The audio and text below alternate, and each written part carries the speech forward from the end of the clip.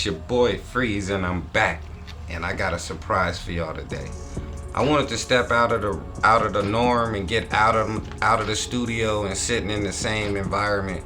I wanted to get away from doing stuff where I was pulling up on businesses, kind of like highlighting businesses, and I wanted to focus more on some of the other platforms that we have.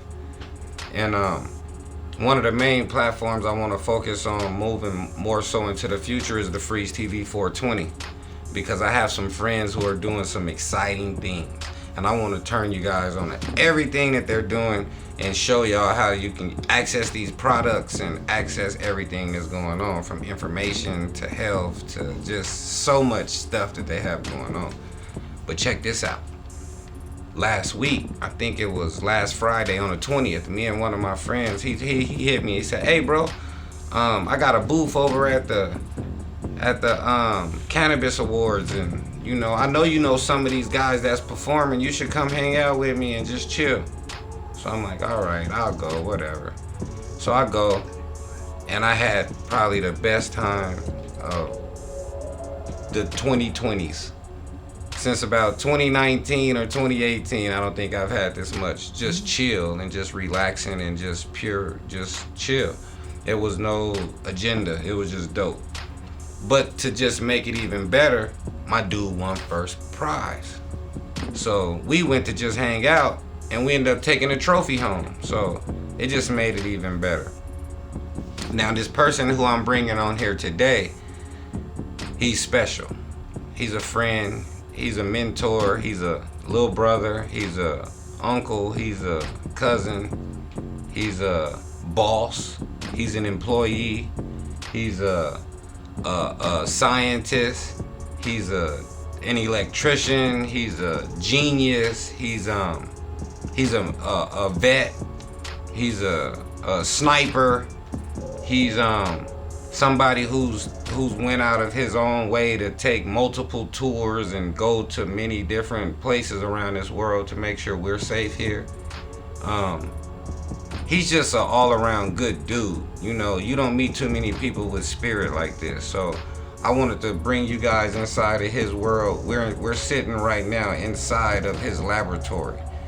So he invited us in so I could show y'all what's going on, and we can kind of have our dope conversation and let him know a little bit more about what we have, and he's gonna let y'all know a lot more about what he does.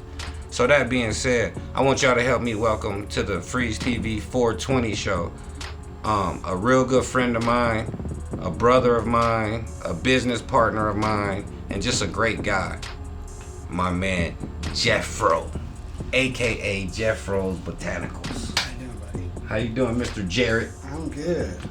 I'm awesome. I'm excited you guys pulled up on us, and I'm really excited we got to hang out and show you a different experience and what we're involved in, especially I would say the realm that's coming about with the experience in the cannabis industry and the new laws, also the new social media, the social equity program that came out with the new dispensary license. We'll talk about maybe or something, but it's a lot of people who got those licenses now. But I don't just want to just talk about 420 stuff. I want to go back to the beginning. Who the hell is Jefro? Who is Jared? Who are you? Where'd you come from? Like, who are you? Well, I basically came from my mom. I hope so. And so Vicky Sainamon and my dad Ron Parrish from Flint. I was born at McLaren Hospital May 17th of 73. And then I don't know, that's really where I came from. And then I went through school. I went to Fenton, and then I graduated Grand Blanc High School. Kind of a crazy transition of going to school to a wrestling tournament, and ended up going from Fenton after winning the tournament, going to Grand Blanc. That was a tough one. But anyway, graduated there, and then I went to Marine Corps, and that's where I traveled around the world twice, and the same exact spot 2 times. You moving real fast. I want to go back to Lansing. You said you was a wrestler. Yep. So, as a youngster growing up, when did you get into wrestling, and what was it like being a youngster growing up in Lansing and just Like, what was your upbringing like? Like, what did you see? What inspired you? What were some of the things that you grabbed? Because I hang out with you every day. I work with you. I work for you. I work alongside of you. We partner with things. We do a lot of stuff. Right. And you are a very well-rounded person. You're very, like, we can talk about sports. We can talk about politics. We can talk about God. We can talk about formulas. We can talk about anything. Like, you're a very dope person. So when you were 4, 5, 6, 7, 8, 9, 10, what the hell were you looking at? What was your interest? Oh God. Yo Joe. Mine too. G.I. Joe, man. Knowing is half the battle. But yeah, I still have them. It's really funny that you say that. And they're my brother and I still. Marcus, he's in Chandler. And so I tried to skateboard. I like to build bikes. I like to fix lawnmowers and go do lawns and meet people in the neighborhoods and stuff. I was always interested in different things and going out in the woods and really checking out unique stuff. And my brother and I would build forts and stuff. And anywhere in my grandma's house, we'd go and build a tree fort or something. Mm-hmm. We would go to another place and build. It's like consistently doing something somewhere. As young kids, we were always intrigued about nature. Mm-hmm. So how odd is it now today that our products are natural? We help different countries with different products I've been buying for so long that we really actually support villages. So it comes down to like culture. I had to go to Flint. I moved to Flint. I was still going to Fenton middle school, and my mom met a guy, and so we started going there. And from that point, so now this is 2 different demographics. Yeah. Like 2 different worlds. Like for people who don't know about Flint, I think I said Lansing earlier. Yeah, it's Flint. It's Flint. Fenton. Well, I grew up in Fenton. Yeah, but I started wrestling in 1980 with my uncle Dave and my cousin Dave Paladin, and for the Lake Fenton Blue Devils, and then that's kind of when I got into wrestling. Mm-hmm. And then I was really good, and it was always a competition to get me from Cobra, which is Fenton, to Lake Fenton, and why I go to Lake Fenton. Mm-hmm. It was like a real competition. And we had really good wrestlers, so we all went to really good places, which I went to Canusa Games, mm-hmm. which was coached through Coach Knight, which is Northern High School, which is a really hard school to even coach. If I walk in there as a white person, I'm pretty much screwed up. My brother went there for a little bit and got jacked up pretty bad. Ronnie, he's a VA cop now, federal cop. What does that do for a young guy's self-esteem and for his upbringing and his like the things you take along your life as a man, those transitions you went through as a youngster? Very difficult. How did you deal with that, and how did you get to these next? Because you've done some amazing shit. So well, I delivered the Flint Journal on that, and that the hardest part about doing that was that I had just moved into the neighborhood of mm-hmm. Fleming Road and Extension, which is between Clio and Extension. And so it was like the 10-mile radius of hell. It's like the biggest gang-infested area. They said it was worse than Detroit, but I don't think so. I'm just saying that's what they said. And that was back in 1987, 88, and 80. Then we moved. So I delivered the Flint Journal for a couple years, and I even got sued by the Marine Corps for it. But just imagine going from a neighborhood where we had one girl, Jennifer Turner, and then we had another guy. I gotta get his name again, but anyway, and he was black and she was half mixed. I even dated her and got in trouble and got kicked out of a little party in the basement of Kelly Sransky's house. It was funny. So. And it wasn't because she was black or anything, it's because I was the only guy that's not supposed to be in there. I was hiding in a sleeping bag and I got in trouble, So that was like my experience with that. And all of a sudden I went from that, and getting my mom getting divorced in 87 and moving in with this guy in Flint from a white neighborhood all the way totally into, I had a Baptist church two doors down was my church. Not that I went to. I learned a lesson going in there though. But anyway, that's kind of where I came from, and that time going from Fenton, Michigan to Flint, you go on the corner and they were, I thought they were called MCs and BCs or something like that, would sit there and just start rapping for pink slips in cars, like we'd really literally take money in cars and just drive off. And the security guard would tell my brother and I that it's too late. You brothers need to get home. He had the jerry curls dripping down and shit, man. He was cool, always protected us. That's why I learned about pickled banana, you know, when you get the hot pickled bananas. Yeah. I mean the hot pickled bologna. Oh, The bologna ones that you get, the little hot ones, are dope as hell, man. I've been looking for them for a long time. Anyone know where they are? You gotta go back over there. Yeah, I gotta get back to. We should go back there and check it out. Yeah. I would go back and look at No, the I old like house. Flint. Well, I had to go show up in middle school with it looked like a banana. That's probably why I said that, because every time I think about Fleming Road, I think about Bruce's truck. He had a old Ford 78 clunker, rusted out.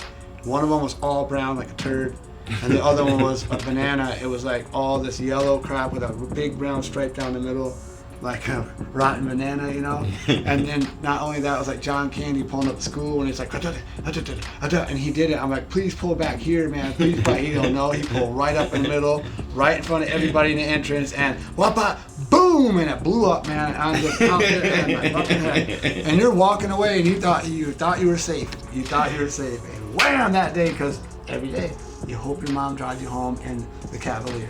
Because that thing does at least, I know it's rusted, but at least it's not at going. least it's not gonna blow up and shoot out, cloud my face up. I'm getting to school, and you know what was worse about that? In 6th grade, you were like real popular, and in 7th and 8th grade, that middle school time for me was a real big transition, like you said.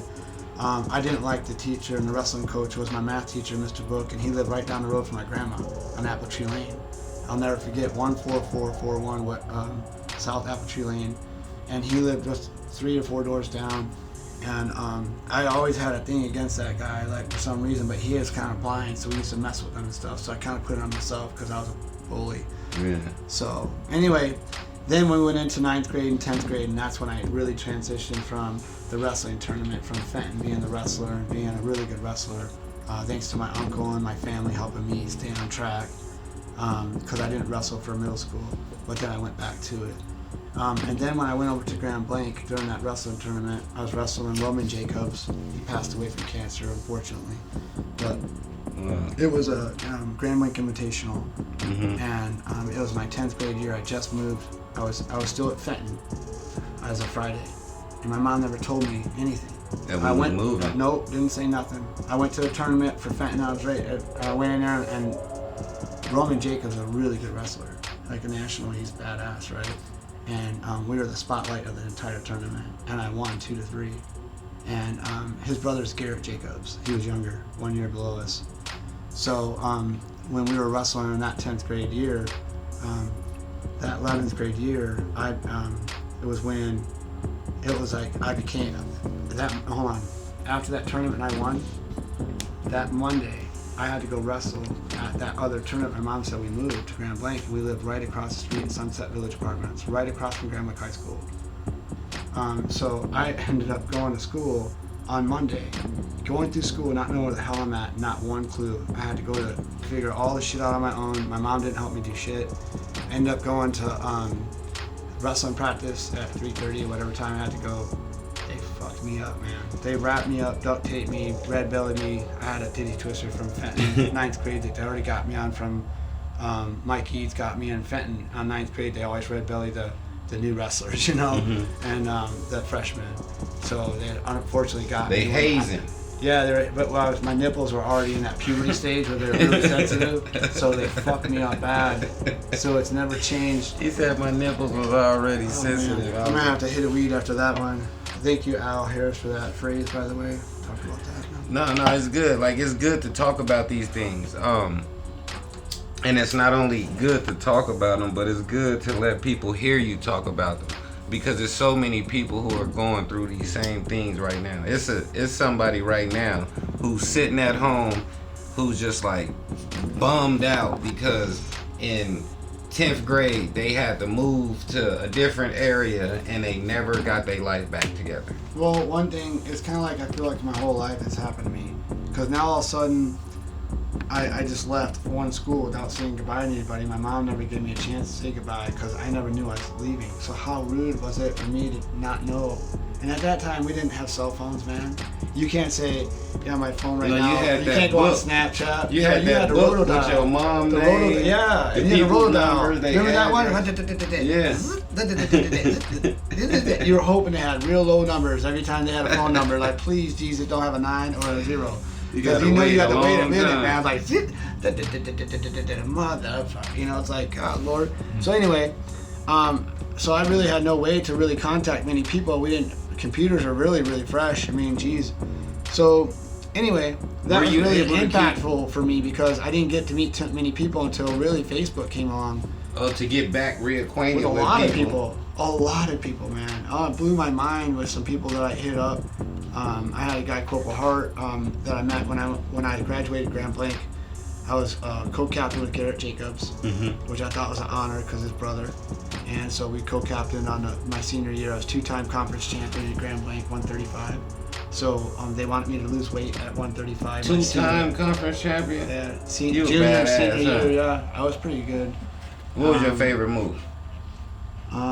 If I can split you, man, I'm gonna hurt you. If I can flip you back and T-bone you, I'm gonna jack your ass up because I'm really strong. And it's like people don't realize skinny people. I was really skinny, and I had really strong, different skinny people have a different kind of muscles, I guess, or whatever. But my uncle really, I mean, my neck was so big when I was young, and I got pictures from, when I was in the Marine Corps. I was on a Marine Corps wrestling team for a full season too, so that was pretty dope. So it's like, it was fun to meet those different people in different places that were from all different places. I had guys from Iowa that were wrestling with me. What made you go to the Marine Corps? Like, when you're leaving high school, you're a 2-time conference champion. You're going crazy. Killed my stepdad, basically, that motherfucker. So I was really pissed off at Bruce. He was an abusive piece of shit. So he made a really big impact in my life and changed. So my goal was to go in the Marine Corps, become a better man. And my mom got married and ended up going into the pool. Like, they had got married at, we were staying at Maplebrook Village Apartments. And they were like condos. So we had a 2-story. And then they had a basement, where Bruce put us in a basement, of course. Because his room upstairs was one room for them and one room for the whatever, and just storing shit. Because he's a hoarder, basically. So we were basement kids. So instead of putting the hoarder shit in the basement, he put the kids in the basement. He put us in a bunk bed downstairs. So. Well, you kind of had your freedom. Well, we're me and the washer and dryer and. He said me and the washer and dryer. Yeah, we all had great freedom. It's fucking cool. I go, it's like. That's fucked up. But, well, that's what it was. It was always the lies and deceit. And what it taught me was that there were a lot of people like that in our lives that we have to deal with. How do you deal with that? Like, going through those transitions as a youngster and then.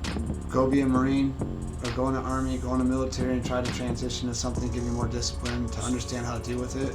But why didn't you take college? I'm sure you had offers to go wrestle in college. I didn't have anything in college set up. I went right to the Marine Corps, so I already knew what I wanted to do. So I went straight into the Marine Corps, and I actually raised my hand, and I went to Lansing Met Center. I scored so high that I can do anything I want, they said, pretty much. You know, I did that too. Yeah. I took, I used to cut a lady's hair who was a recruiter, but it was for the Army though. Just a little lower than Marines and all that. They're all the same. But they're all beautiful. So I went to, she was like, I just need you to come and do an interview and I can reach my quota. And so one week I'll go as Foster Johnson, the next week I'll go as Calvin Foster, the next week I'll go as, you know what I mean? Like, we played with my name like 4 times. And she was like, every time you take this test, you score hella high on this test. Like, you can do anything you want to do. Like, I can send you anywhere, you can pick any job, you can do whatever you want to do.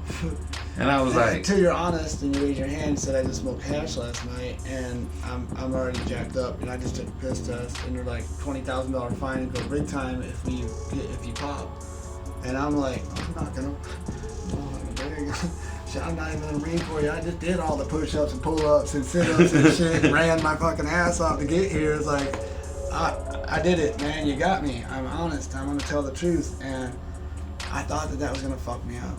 I really thought that was gonna fuck my whole world up. So I had to go get a letter from everybody, signed that I was, my wrestling coach had signed for me, and some other privileged people that my family had known signed some stuff for us. And you had one of those listen, white moments. I was one of those crazy ass kids that was getting kicked out of my house every 5 minutes. I lived in a car for Christ's sakes. You was tripping. I used to park in our same parking lot at Maplebrook Apartments. And but put just my stay in feet the up, car. And I had 1,000 buttons on the car. And my buddy Bryce sold it to me like $400. So I'd pop all the buttons because I couldn't fit in the car to sleep. So I had to pop the fucking buttons off, roll the bitch up real careful because I know it's a bitch to put back on, man. So then I'd kick my legs off top of that roof. I'd fall asleep. I'd like straight out the window off the roof, man. And that's how I slept. And so I had some moments where I had to figure out life, and we had clash because he was beating the fuck out of my brother and I couldn't stop it. And the problem happened when I became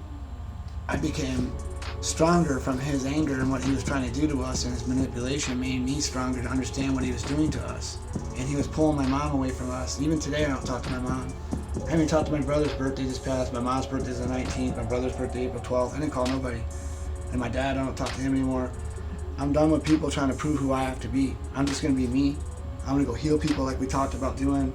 I'm going to go show people what we have come up with, what you have brought your beautiful life into my beautiful life, and what we transitioned to show that cultural dynamics, which Al Harris, who passed away, is my old CFO and everything, I love to death. He had taught me that cultural dynamics will come together in life, and when you see it, it's so dynamic, it's beautiful. So watch what happens when you express it, and look what we're doing. We've been expressing it ever since we met. Mm-hmm. And when you open my eyes to say, I know an awful lot about you, Jefro, Jared, but what do you know about me? Am I just FREEZ? Or am I a little more than that? You know, do you know my name? Do you know, and I just, when you walked away, I was like smack, I was like, wow, you woke me up to think like something so much more dynamic about understand who people are and listen instead of, push so much. And for me, it's hard sometimes because I love everybody and I want to, express how I can help heal you, and I don't really care about much more about your life besides that your knee is better and you can walk and you're okay and you can walk out of here and now you're healed. Now when I get attached to people, it's harder because now I want to feel the emotion, but then if I get attached, then I could fully pull into that negative side too with them, and that takes me away from my positive energy that I want to have out, because I had all the negative with Bruce's and those people who try to pull you down and tell you need this, you need anger management, or you need this, do I really need that? Or do I need to focus more on like where I could do if I started doing meditation on a daily basis and I really started getting more discipline? Or yoga perhaps, or hot yoga like we talk about, with our friend that has this new hot yoga hoodie that's coming out. It's pretty dope. So we'll talk about stuff like that, people coming up with new things and being inventive to try to help our lives get better, but also using the anger from the pain of why I went in the Marine Corps from Bruce and my mom and disbelief, and my uncle dropped me off. I went to St. Clair Shores. I was going to be the captain of St. Clair Shore High School. Falling back again. And my Uncle Jack took me back the day before school started and said, you're not going to go to St. Clair Shores. You're going to stand up to Bruce. You're going to walk in that door and you're going to go to school and you're going to go make it work. And I went on honorable and I did it. And I went to Marine Corps. Then I came back and I stood in his wedding. And after I stood in the wedding, I saluted Bruce.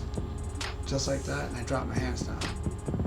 And I said, you can never touch me again, because if you do, I'll fucking kill you. Because my buddy almost killed him, and I pulled him away. My buddy Parker almost shot him with a 38, and I stopped him and pulled him away from the door so he wouldn't get killed. And that's a true story that I'll never forget my whole life, because I never knew what death was until you got me all.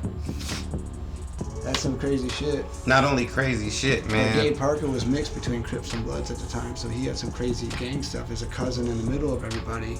I used to play ball with him all the time. He got me fucked up on the bus. Yeah, but see, we've all been through things. Like, we've all been through fucked up shit, Yeah, it sucks, man. But it also helps us grow. And so if I didn't do that and go back and salute him and say, you can't touch me anymore. I'm a Marine, motherfucker. You can't touch me. I'm the spearhead. Who are you gonna fuck with now? Like, you can't touch. You gonna touch my brother? My brother, he's gone. What are you gonna do now? So I felt bad for my mom now, because she lost 2 boys with love for someone else that was gonna eventually leave anyway and become a piece of shit who he already was. So it teaches us the lesson of what we don't want to do. Now, yes, because of PTS, which I have, the VA, and through all the stuff, my knee has always been fucked up. I think that if we can use the pain and start pushing it back to veterans the right way, which we'll talk about Veterans for Healing and what Fabian has done for me in my life and what I've done for him, how we've all transitioned and worked with some of the biggest companies in the country, is coming to be one of the biggest dynamic things we've ever seen in history. It's happening right now. And I can't believe it. It's like unfolding in front of my face because we give grace back and we're humble. Stop being so greedy, and our problem right now is greed. That's it. It's all greed. If we just stop the greed, we don't have all the need. Man, because they keep pushing greed. So, going into the Marine Corps. Yeah. You say that. Say it. I like the way you say it. From the diaphragm, though. Yeah, You gotta say it. What was the guy who told me the story one day? We was working, and you told me Corporal Eccles. Corporal Eccles. My little brother named Jazare Eccles.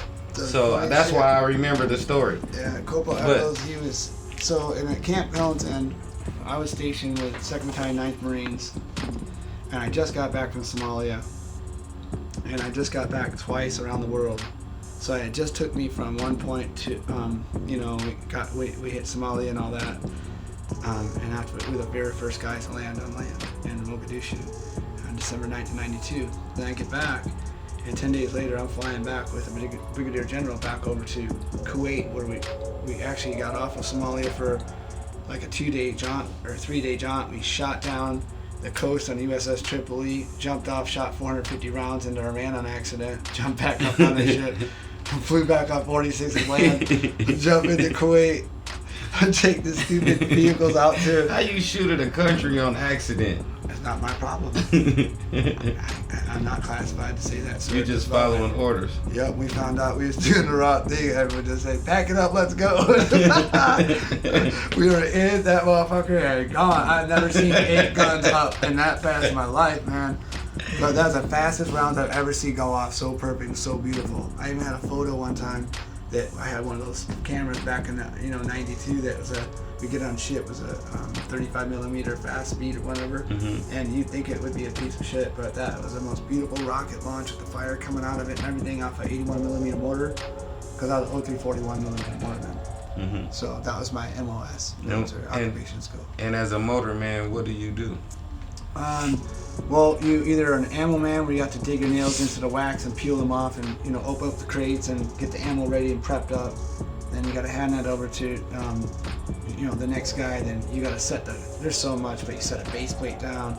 You have a 57-pound tube with 57 rings on it. It's got a spherical projection on the bottom, which has a needle in the base. It's like your firing pin. And then you drop these 18-pound rounds down, whether they're loom rounds or, whatever. So you actually make the missile before it shoots? We just take it from and assemble it. And we basically set, if it's a charge, we just have to remove the charges to tell you how far it's going to go. They'll tell us. So it's usually like elevation, and they'll tell you, 12, 3, 1, 2, 3, 5. Everyone yell it out, then everyone sets it up. Or they'll split up the guns. There's 8 guns, so one can be open, it can be closed on one target. You can have different targets, because we have forward control telling us where to shoot. So they always tell us, and then we get told online. And then we're on our headphones, we're listening, we're ready to go, man. We're just constantly ready to go. It's like, they keep you so set in your mind in the Marine Corps to be like a bad motherfucker, man. I mean, constantly pushing and pushing and pushing. So people wonder why we're so methodical when we get out. It comes up to later why we get out and we're so fucked up. Because we don't know, no one's paying attention. I need a military session, man. I need to be back in that. Whoa, give me that back, because I'm not used to this, hey Bob, hey Jim. I went to Air Force, I was in the reserves for like 3.5 years. And I couldn't believe it. Until someone gets mad at you, it's Jim and John. Until then, it's like, you better call me Tech Sergeant Jim, Okay, Sergeant, Tech Sergeant, whatever. That's Air Force is so different, man. What did you do in the Air Force? The Air Force is like the smart guys. Like, that's like the top of the food chain. Well, that's kind of funny you say that. So, I was over at my ex-wife's house, and they had a friend over at I was at their mom and dad's house in Peoria, and this is in I already started electrical in '98. I moved down to go help a girl, the same girl I ended up with my boys, Cameron Keaton, thank God. But anyway, ended up that I ended up marrying her to be a good man because, you know, she kind of juked me on a couple things, and so I said I'm still gonna be a good dude.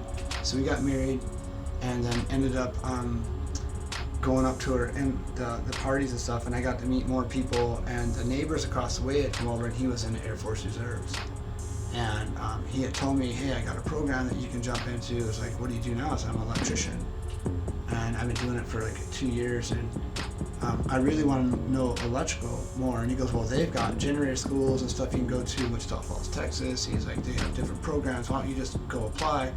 So I was like, screw it. So I went and applied. So I got accepted. They took me over and made me an E4 again. Like I wasn't a Marine Corps corporal, but I was a tech sergeant there, or I don't know what they call them really anymore. But and then I ended up being a WSQ something. So I go to Wichita Falls, Texas, and I had a '92 Ford flare side. It was like the only year they made the flare side, and I just put a boom box in it, and I was fucking jamming. It was like 20 some hours. It was 20, I think it was 22 hours. I saw 22 falling stars, and I was on the phone with at the time, my ex-wife. I was on the phone with her, and I kept telling her, there's another shooting star. There's another shooting star, and she kept saying, you're crazy. I said, no, I swear to God. And that was the longest trip I've ever been on, man, because I had to go to Wichita Falls, Texas, right? So I ended up going to that school. My son was born already, so he was, I think he was like 6 months old, and he was born 6/6, June of 2000. So he had ended up coming out, and she had came out, and I brought her out with my son. He slept in between us in the barracks thing that we were at. Really laid out, real plush, like what the hell, you know, like a lot better than I ever seen in the Marine Corps, you know. I ended up acing the test, and if I really tried, I was pretty much drunk the whole time. I mean, I went out almost every night. I was hammered. That was all I could do, because the generators are easy to me. The numbers are so fast, and everything that I learned about electrical is so quick because I was already an electrician. So when I was doing Blinky, it was like just caught. Everything just caught, and I could really flow fast, man. So everything they kept giving me was done. I mean, the generator classes when you run them in parallel or run them in series, man, boom, I'd knock them out and just run them in, turn them dials, dial them in right, dial in the other one. It's like boom, and pack, and then you're done. Test, we like, you gotta take 1224 LC 125 and put it with 1224 LC 156, you know. So these numbers got aligned, and like, and I'm just popping shit off, and I'm sitting back laughing. They're like, you're third in the class. I'm like, well, if I wasn't drunk every day waiting to do something, I was so anxious to do something. And even if I get drunk, it doesn't matter, I can still study. It's like I can look at stuff and just like absorb it. So I don't know how or what, but so that was in 2000. Now then come in 2009, and then we come to a seizure, and then we go on to like where 2013 with my eye, the tumor, you know, my eye popped out, and then we go into the surgery, and then we go into CBD.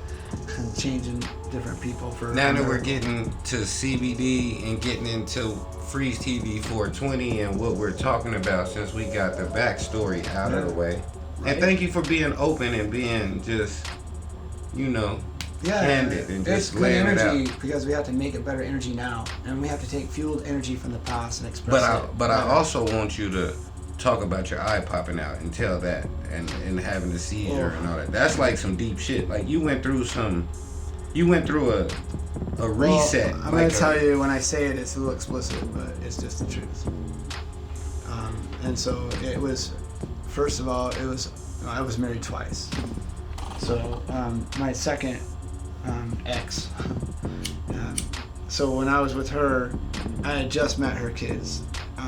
And I didn't know she didn't tell me the whole story, but I ended up meeting a few of them, and one was out in the back. They were playing, they were rapping, because he was a rapper, and he was really smart. All her kids were like genius kids. Each one of them were gifted, Kirsten and whatnot. So I go in a room, and we put out a projector for the young one, and they were watching the TV on it. And we went in the back and shut our double doors, and we started flirting, and all of a sudden we started playing around, and we go at it. So now we're going at it. We fall off the bed, and you know, we start laughing, and we get done or whatever. And I'm laying on there, and I had my hands over top, and we were just cracking up because we were so stupid. We just did some stuff, and what if they heard us, and we're all, but we stop, we hear the TV going like, we're good, and my eye popped out. it stopped. It went out. It stayed for a second. And then it popped back in my head. My head popped back. I looked down at her. She freaked out. I freaked out. I jumped up. I ran into the bathroom was right there. So I just popped up really quick. I went in the bathroom. My eye was fucking red as hell. My whole face was purple. It scared the fuck. I'm getting sweaty, but it scared the shit out of me. So we went into the hospital, to the VA hospital in Phoenix. We told them that my eye just popped out, and I didn't know if I was gonna die or I didn't know what the fuck happened, man. So anyway, I get in, they start doing all these MRIs and shit. They find out that I got a tumor. It's like the size of a quarter, but it's like whatever. So I don't even go with the numbers anymore. So anyway, they tell me that I have to go and get into surgery. And so then we go get all that lined up. They take me to Scottsdale up in where I'm pretty much where I live now, off Drinkwater and stuff, all the little hospital there. They put me in this air suit. And this guy Peter's supposed to be the #1 specialist in the world. They said he's #1. Comes from a multi-billion-dollar family, right? So he kept touching me. We were the whole time, every pre-meeting. It was really strange to me. So anyways, I go in and get the surgery. I wake up, I remember looking through it and seeing just like fuzzy white, with the patch over my face. And she told me, you're okay, you're just coming out of your surgery. Because I had anesthesia. They popped me in the back and did some stuff. And they had cut a slit across here and pulled my face down and went underneath and tried to scrape out the tumor behind my eye. And so then they patch it up, and they tell me that I had been hemorrhaging for like 45 minutes and that they couldn't stop it, so I had to seal me back up. That was it. Patched me up, sent me fucking home.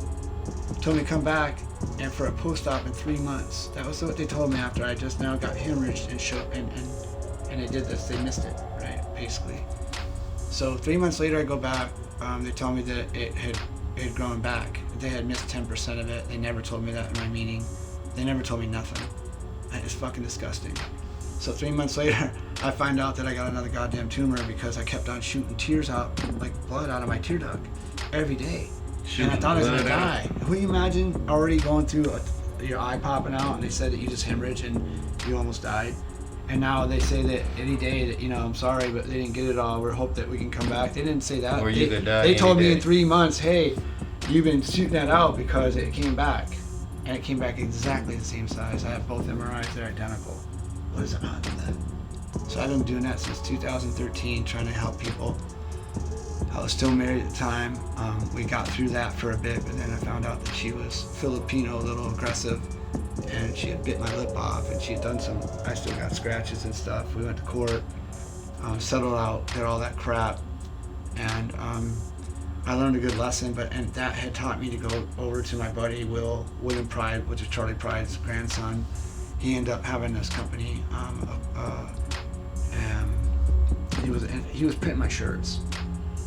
Murphy had sent me over to him to help him do some electrical for a shirt shop. And I said, why don't you print my shirts up? So he printed my shirts up. Well, all of a sudden my wife's freaking out. At the time, my ex now, but of course. And I'm done. I just went outside and I just lost it. And I said, I'm getting the fuck out of here. And I grabbed my shit and I fucking packed straight over to his place. Said, I need a place to go. I spent $1,000 that night, got a new bed. And I sat there, and he had already been going out of a hemorrhage and shit. And he ended up going to the hospital and almost died. So I helped him get out of the hospital, helped start his company up, paid for all of his shit to get going. And when that happened, it freed me up to see that once I freed myself from that, I picked up a big contract with SRP. Things that So started a lot of working. things, yeah, it's like because we make changes with the pain was so hard because I'm like, I'm not that guy. Like I'm not in competition. I'm not a liar. And I've been lied to my whole life, so why would I be a liar? And why am I in competition with you? So then it made me decide I don't need to be in competition with nobody, man. I just want to be a lover. I just want to be able to do what I want. I only started my own electric company in 2006 because someone said, look, you did 3 jobs in 3 months. You did Juicy Couture at Fashion Square. I did, Sigrid Olsen and Dana Buckman. All 3 of those stores at that time I did, and a guy told me, you need to start your own company, and then I did the walking company at the mall, first one. And that was my first contract I started Performance Electric Inc. And so that's how I became an electrician, and pushing from working from John Burke down in Jeb Electric that's helping me even today. I'm getting paid by Jeb Electric that I started a contract for him right now from a 15-year referral that you're actually helping me with today, which I bless you and me for having this ability to help each other. Right. So, I mean, this is the long-term relationships I've had my whole life that people don't realize that some of these are really, really beautiful relationships that you didn't even know that you left a mark on that guy. To have him leave that imprint, to call me back. I haven't done electrical in a long time.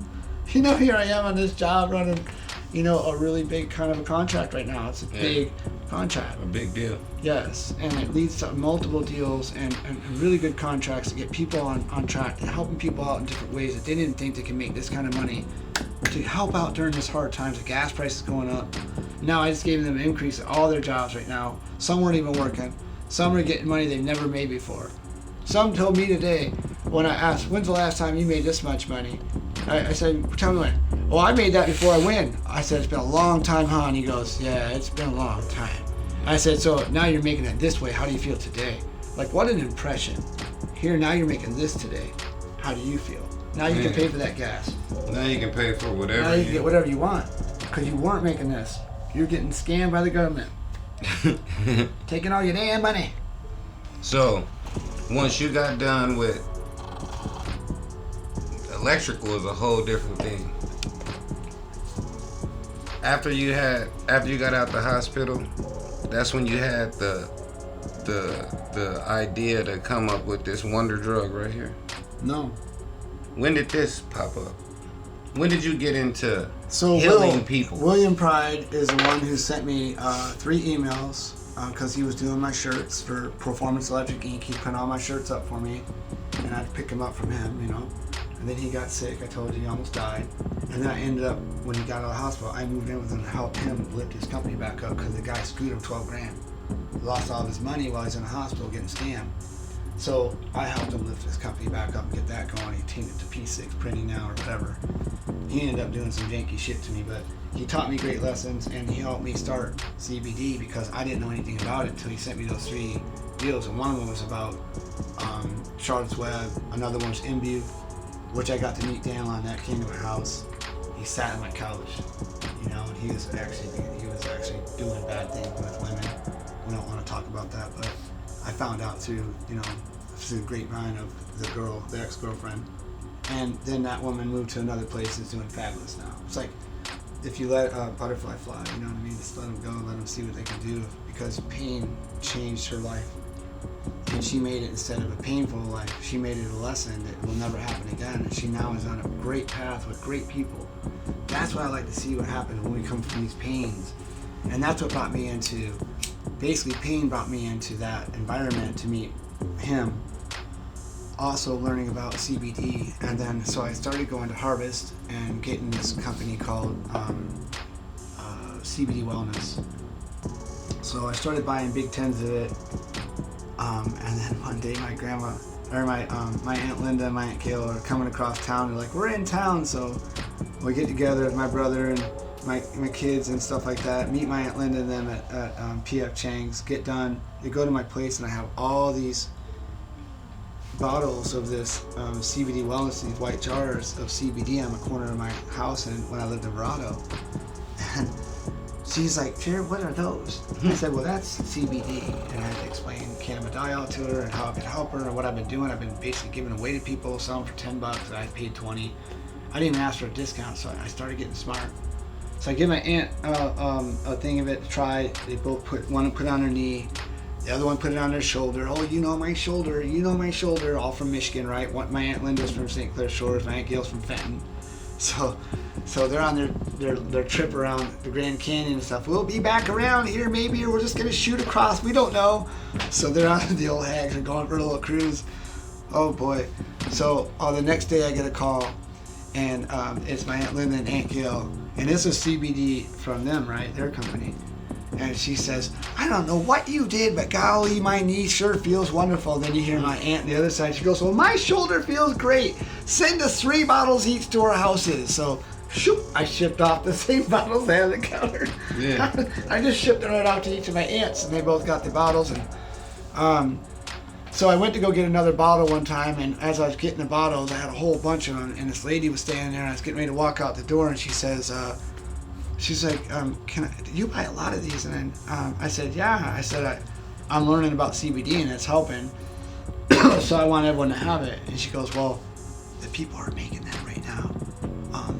They stole that from my husband, and he's going to court with him right now. And I was like, oh, I dropped it, dude. I was like, what? I'm like, I'm getting ready to be a rep for Matt. And Matt, one's from Florida. She goes, yep. He brought the dog stuff in. I said, yep. And the other Matt's Matt whatever. She goes, that's not his real name. His real name is Matt this and this. And I'm like, holy shit. I fucking lost it, man. So I didn't even take the products. They're gone. Threw the products out. I called up my buddy. I asked if I could get some help. So this guy Eric helped me with this other girl Janice with Pure Earth that they were working with at the time, but they were helping me on the side. And they created a formula that I had that I saw what they had and I looked at what they had made, but I didn't like what they had. So I started going through like what I felt would be really good, and I started researching all this shit because I was pissed off. And you know what happens when you're pissed off? You thought you were gonna go work for these guys and help people heal, and they're scamming a man like me today, like what's happening to me now multiple times with multi-million-dollar companies. You see Ghost out there selling that drink right now. That might be somebody you don't want to work with. There's some people out there that are doing some bad things to people like me that could have got me sued for millions of dollars. And I thank God for people backing me up and knowing what I said at the meetings. I'm giving all my stuff for free. Just a sample. I never saw nothing. That's free copper to a certain man to say, hey, go make your samples out and let's see what we can do with this. And when we need to re-up, we're going to go to the main guy and go sell it to him. He can buy it off of him now, right? Not me. So that saved me by not getting wrapped up in the bad people like that. And it gives, again, shows you how this has happened in life all the time with different people that think they have money. So that same guy, I'm now working with his buddy that scammed him over for a lot of money. And now I'm over there doing his electrical stuff. And I'm over there learning from him now because he's a nuclear engineer. And what is he teaching me? I said, will you mentor me? And he said, yes, I will. Another proud black brother out there kicking his fucking ass, helping him build a big old lab out there so he could teach me how to make it, teach you out there. We can go out there and learn together now and mix his beautiful combinations he's making to help specific things that we can add this copper one to. So that's where it comes to. It's like, how I went through this, the story how we got copper, raw copper one, is how I really got involved by learning from Will about it, and he did the design. He did the original. He paid a guy. He didn't pay anybody. He had asked a guy. He threw a sketch together, took a picture of it, sent it to his buddy. His buddy popped out our old logo with the weed leaf and Jefro Kush CBD, and then he thinks that he started and helped it all out and stuff like that. He did the logo, and what happened is we got shut down. After I had ended up making all this product and all this stuff, we got shut down by Facebook, by all the different people, because CBD is illegal. It was on our logo, and I didn't know. Wait, the weed leaf, not a logo, can't do it. Had to change to Jefro's, and put marijuana, put the military patch on it that my buddy had assembled together. Another veteran, he had made that logo for me and set that inside of that and overlapped it so we wouldn't get in trouble. And then we started Jefro's Botanicals per Al because he changed it. Jefro's Botanicals instead of Jefro's Kush Cream. And that's when we tried to relaunch. Jefro's Botanicals sounds better. Well, and at the same time, it makes it. So Eric Maz, this other guy I'd worked with, I was not happy with. I had got a call from C4 Labs and said that it wasn't a proper amount of CBD per I requested 100 milligrams. He had charged me another $1,000 to add 50 more milligrams each to my product line, and found out that we only had 15 milligrams total of 100.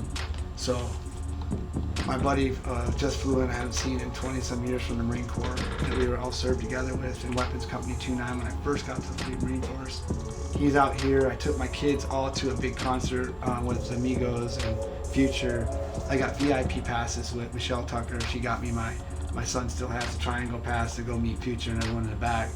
I went in and I met with YN something. It was YN something on his, I can't remember who it was.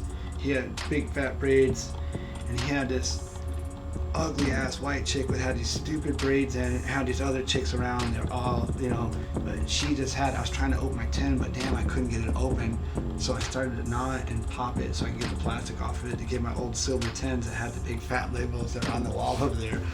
And I looked kind of dumb, but she was like, oh, he can't. She just started talking like she's black and shit, which pisses me off, right? And I hate that shit. So she's like, oh, this mother, and started talking. And I walked right up to her and I was like, oh, you don't know how you're talking about. I said, shit. And I dropped down and popped up and I said, boom, bitch. And I turned around, that dude looked at me and said, you are one crazy motherfucker. And I gave the cream and I walked out. And my buddy Crispin was outside and he was supposed to go with me to Denver, Colorado. So he was gotten an argument with this girl because we were in there too long or something. So they split. So I called Al Harris up. Well, this is June 28th. And June 29th, I was supposed to be on a flight with Crispin over to Denver, Colorado to go get CBD because I was going to make my own cream now because I was pissed because now I just got screwed. I just paid $9,000. Now I'm upset. I'm going to go spend another $10,000, $12,000 right now. So I went to Eaton, Colorado. Well, I get on the flight to Eaton, Colorado with Al. Al says he'll go with me. I'll go with you, motherfucker. Tomorrow's my birthday. And Al Harris, big, tall ASU graduate, look where we're at, right? Thank you, Al. And he was always such a spirit and such a love of what he gave people every day with a big smile and a big, bright face. And through his atrocities he had gone through, he had ended up having an aneurysm and passing out the day before the Super Bowl. Not this one, but the one before that. And so that's how I met Street, because he had introduced Street, and Street put my creams on and he could start walking up 15 flights again. They never thought he could walk up steps, and he started walking up the steps. And so he became my friend, and Al, right before he died, said, you need to go meet with Street, and we're going to talk on Monday, and that was Friday. Saturday he died, 9:49. Wow. And we talked that night, Street and I, and then his wife, Miss Kitty. I'm the only person that calls her Miss Kitty. Miss Kitty. He loves it because he goes, she don't like you calling her Miss Kitty. And she goes, oh, Jefro, you crazy. And I was like, I know Miss Kitty because I talked to Miss Kitty on a dating site before he did. And it was a big joke because I told Al, I said, she looks familiar. I said hi to her on a dating site, and I did. It was stupid. I would have never dated her, though. You get it? But I still talked to her, and Al ends up marrying her, and she knew it. So this Miss Kitty was so fucking funny for us because it was our inside joke. Mm-hmm. So, cause I should have married her first, Al. I should have married her. He goes, "Oh, you crazy motherfucker! I knew you were special. Only two special motherfuckers in the world, you and Tupac Shakur. I met him with Mono out there, and Mono, man, he's like, yo, me and my boy right here. This is Tupac, and here he is." And he's like, yeah, brother, let me tell you a story. He started rapping, and all of a sudden he said, oh shit, then all of a sudden his movie come out, he become all this, and he rapped to me for 15 minutes, He's special, motherfucker, he's special. Anywhere you go in your life, I'm on your side of the line, motherfucker, your side of the line. I was like, all right, now calm down. All right, I might have to hit a weed. That's why I'm a hit a weed. That's what this word was. My kids watched it when he said that. I was walking around your pool table, and I just happened to see one of them weed roaches right there, and I was like, you know what, man, I'm having a day. I'm having one of them days. I'm gonna hit a weed. Now you know I ain't hit a weed since New Year's Eve 1979. The last time I smoked weed. You made me hit a weed again. I said, Al, you walked around the table and saw the roach. I didn't make you say, hey, hit that motherfucking weed, did I? Oh, you right. I miss him, man. I miss him. So, but he taught me a lot. Good stories. Yeah, and so we get to Denver, Colorado, to airport.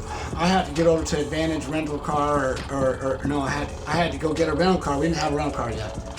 So we had pulled up.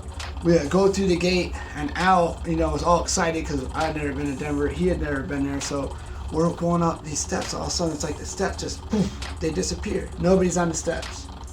I'm looking at Al, and I'm like, is it the CBD? And he goes, don't say CBD, you'll get us arrested, this motherfucker. I said, well, where'd everyone go? He goes, I don't know, motherfucker. I look back. It's like, what happened? I walk up to the top of the steps. Now, you get to Denver Airport. It's pretty busy, right? Mm-hmm. Have you been there? Mm-hmm. Have you walked up the steps? And you see right when you get to the top of the steps, you see right in front of you got how many? Like just 20 rental companies, right? Mm-hmm. And they're all lit up, aren't they? Not today. Not today at all. I walked up with Al. There was a dude and a leather wife sitting next to each other, all leather outfit, and he had looked back and smiled and walked away.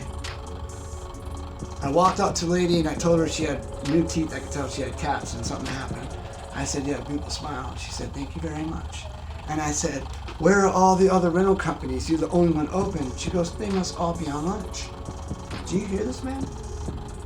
I look to the right, the guy in the door gone. There's none out there no more. So I get my rental car.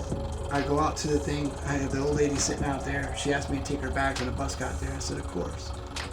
Bus pulls up. I get on the bus. I put loader stuff up and I sit down. There's a high seat and there's a low seat. I sat down in the low seat and Al sat right next to me. And I saw a baby, a mom, and a husband, a brand new baby. And I had just reached down and I said, do you happen to breastfeed? And she said, that's a peculiar question. Why would you ask that? And I said, because you have a brand new baby and I work with CBD and I know you have endocannabinoids right now and it can help your mother's milk and help you with your dry mouth syndrome through your mammary glands. We can help expand them and stop that by using this CBD. And you'll have richer mother's milk for your baby. And she looked at me and she said, can I have your card? And I said, yes, you can. Bus stops. I looked at her, I said, I love you, I looked at the baby, I love you, I love you, and I got up and I started walking, I love you, I love you, I love you, and I walked out the door, and the old lady said, sir, can you grab my bag still? And I'm like, oh shit. So I go back in there, I grab her bag, I set one down, I run back in, and Al's right behind me. I grab the other bag, and I hit my head, and I bounced back because I got that little rubber thingy there, and everyone goes, ooh, and I said, I'm all right, love you. Get out the door. Right when I walk out the door, I'm walking up into the door at Advantage Rental. This dude runs up to me, ends up being Charlie Barker from Mito Synergy. And he says, he runs up to me and he's like, I'm Charlie Barker with Mito Synergy and I'm a little hyper because I have a lot of copper in me and I'll tell you about that later, but I'm going to see you in 2 weeks. In 2 weeks I want to see you, I just got to see you, I just got to see you. And I was like, oh, okay, I have no idea what the fuck this guy's talking about. Yo, okay, sir. And then we get our rental car, another lady's all sad, we made the whole staff laugh, we were cracking up. We're Laurel and Hardy, man. Al and I are Laurel and Hardy. That's why I miss him so much. God bless him. So we get our rental car. We go to Eat, Colorado. We pick up J98 is our field, lot 175, which I put on all my bottles and everything. And so that was our part of our QR process and our original, logo stuff, whatever. After I left Denver, Colorado, I paid $9,550 to have it shipped. $50 to ship it, $9,500 for a kilo in 1997, or in 2017, excuse me, I'm sorry. And so that's how much it was. And then we shot back home, and I had this guy Freddie helping me out, and his girl. They owned a company that was working with some superstars that kind of screwed me later. But they got kicked out of copper forever too. People keep messing with me, they just keep getting kicked out. I just keep being me and being honest. But anyway. So that's like Stoudemire helping him out without giving me anything for what I started with him when I told him what I wanted.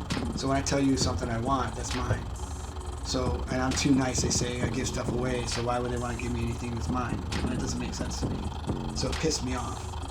So again, they go bye-bye. I was doing 1 milligram in my copper creams at the time. I went to 10. I was asked to raise it up. My buddy had said, would you put my buddy Tim, I told him I'd help him out when I got going. Mm-hmm. He had told me that if I put black seed oil in my cream, it might help out. Well, I find out black seed's universal healer and it's amazing. Let's go. So I put it in my cream, I split my stuff up evenly, and it turned out being 10. Then I get called from one of the people from Mito and tell me that if I could double it and send it to them like I usually do, they'd really appreciate it. So I doubled it. That is what changed everything. We didn't realize that the more copper that I put into my cream would give us more of a different effect in our bodies. And Charlie had told me that, the CEO of Mito Synergy had told me that you have to add more copper because I think you have to balance between this milligrams per, and you should hit your peak of what you're looking for. And I was trying to find that, but he was off a little bit. I had to find it myself with someone else telling me what I was doing. That's when we started to find out about the ACE2 receptors in our post or the vid, So that's when I got called, like a few months, like 6 months ago, 5 months ago or so, by somebody and said that it was helping her sisters brother-in-law with the vid that was sick, and he said he popped out when he put it in his nose. So after that happened, she told me that she had been putting it in her nose too, because she had post-COVID. She had already had it once or twice. She had already been vaccinated and shit. She was pissed off, didn't understand what was going on. And then she said that because we've done this, I want to introduce you to Dr. Judy Mikovits.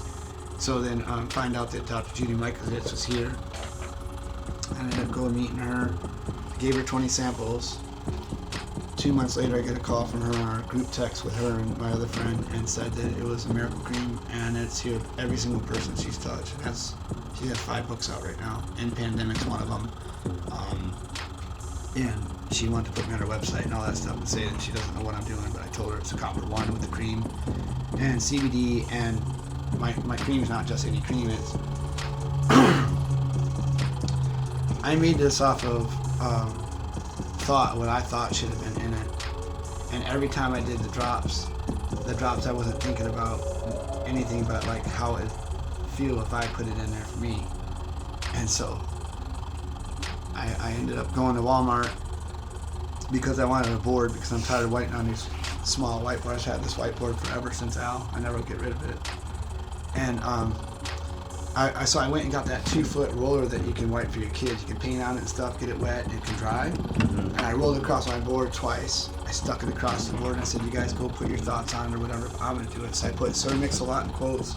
I put, I still have it. I put on Tesla's theory. And then I went 3-6-9. And then I went and I just stopped and I just started going around the pool table. I grabbed my book and I'm like getting ready to cook again. I'm getting ready to make up my mix. And this at the time only had 1 milligram. And I was getting ready to, with 10, getting ready to shift it to 10, right? So I couldn't find the damn thing again. I got so frustrated that once I found it, I said, I'm going to go to the board and write it down. So I put all my formula on the wall. And then I looked at them and I went and started doing my mix. And as I was making my mix, I had to go to my drops because there was a certain time I go to my drops. And I'm like, hold on, times 15 is 4.5. That's 4.5. That's 9. And I'm like, times this is 2.5. That's 9. And this is 3. And this is 6. And everything is like, what in the fuck? I just wrote underneath Tesla's theory 3-6-9. 20 minutes later, I'm writing my formula down underneath it. 15 minutes into making it, getting the beeswax down, the shea butter melted, and now getting ready to mix the combo up. I got to start doing my stuff, so I had to go figure out my next step where I had to measure. I looked at all the numbers and like, I lost it, dude. There's like no way that just ended up being all 369 across my board for my formula. My formula is really purely 369. Blew my mind. Then it ended up being like how we talk about numbers. I just think that it's really a miracle that we can put numbers like that together I never meant to tie those numbers to go put on a fucking board to look and say, hey. No, but the numbers are what they are, whether you that did is it the crazy or not. part about it. The beeswax, the shea butter, everything I do is all, if you look at the numbers, if I show you on the board right now, you'd be like, what in the fuck? How? I mean, I don't know, but now you put it in, you put it on, and everything people are putting on is helping. I got Al, I got Sal's growing hair on top of his head. They're telling us that alopecia might be something we can work with. We got this, we got arthritis we're working with, it's gone. We got people that are stuck like this that I have on my site that are saying thank you so much because I had this for 10 years. My marine bike. Shoot, I got the and all of a sudden, sciatic. guess what? Gone. I got the sciatic nerve and I put it on my back and I be just good. So that's kind of like what we learning that. That's all. Let's keep going, cause this shit is interesting. What's up with the Battle Balm? Well, Battle Balm. I was working with this guy, and he had told me that we had to go to. We're gonna do a Netflix deal. So we were getting to do a Netflix show, Tree of Life, and he had introduced me to a gentleman called Fabian Henry. He said he was in a book called The Secret Through a Soldier's Eyes, which is a letter he had written to The Secret to say that he needed to tell them that you saved my life, because I'm a 6-time vet, combat tour vet in Afghanistan. I've seen tragic things. I've seen my buddies die in front of me, suicide, this and this, and So I got to learn about Fabian, and so this guy put us on a phone call for our part on episode 5 was guiding the tree. And we're the veterans from Canada and a veteran from here. And I'm in a book called When the Tempest Gathers from when I was in Somalia. Okay, so that's written by my lieutenant that became a colonel, 31 years. He's in Ukraine right now doing reporting, you know, for a company. So just to show you how badass this guy is. Oh, you know, he's one of those guys, the English guys. Yeah, fucking key, you know. He'd run to the barracks. We thought we were coming back home, and he'd run past it. And he already went 10 miles. He didn't care. We became Force 81s in the Marine Corps. That's why we went out first. Our 2,000 ship of 2,000 people, 3 ships. We're the first helicopters to go on land because we were Force 81. We weren't just 81s anymore because we beat everybody out. No one could beat us. And we had 57-pound tubes we're running with, man, doing runs and marches and hikes and softball games and soccer and whatever they put us through to be the best. Force 81s ended up being number 1. No one knew that we would end up being the first guys going in because of that and dropping in. It was a test to see who we were going to put in first. We were the spearhead of our battalion, the 15th MEU, which is right up there and that. All that stuff was all the military stuff, all the merits and all that stuff going all around the country and around the world and working with the Army. And I never became a sniper. I went to sniper school and got kicked out. But I did go to sniper school and I was one of the bad motherfuckers. I was number 1 in the class and I did all the stocks before everyone else did. We got 10. He's a bad motherfucker. I didn't care. It's the fact that I already knew what I was, and then that's when I ended up going to Fox Company, and then Fox Company took me to Panama. I would have never went to Panama then, right? And then in '94 I went to the wrestling team for like half a year or whatever it was, and I got to wrestle some cool dudes, and that's kind of how I got into that again. So, but then that taught me about the lesson about where we're going with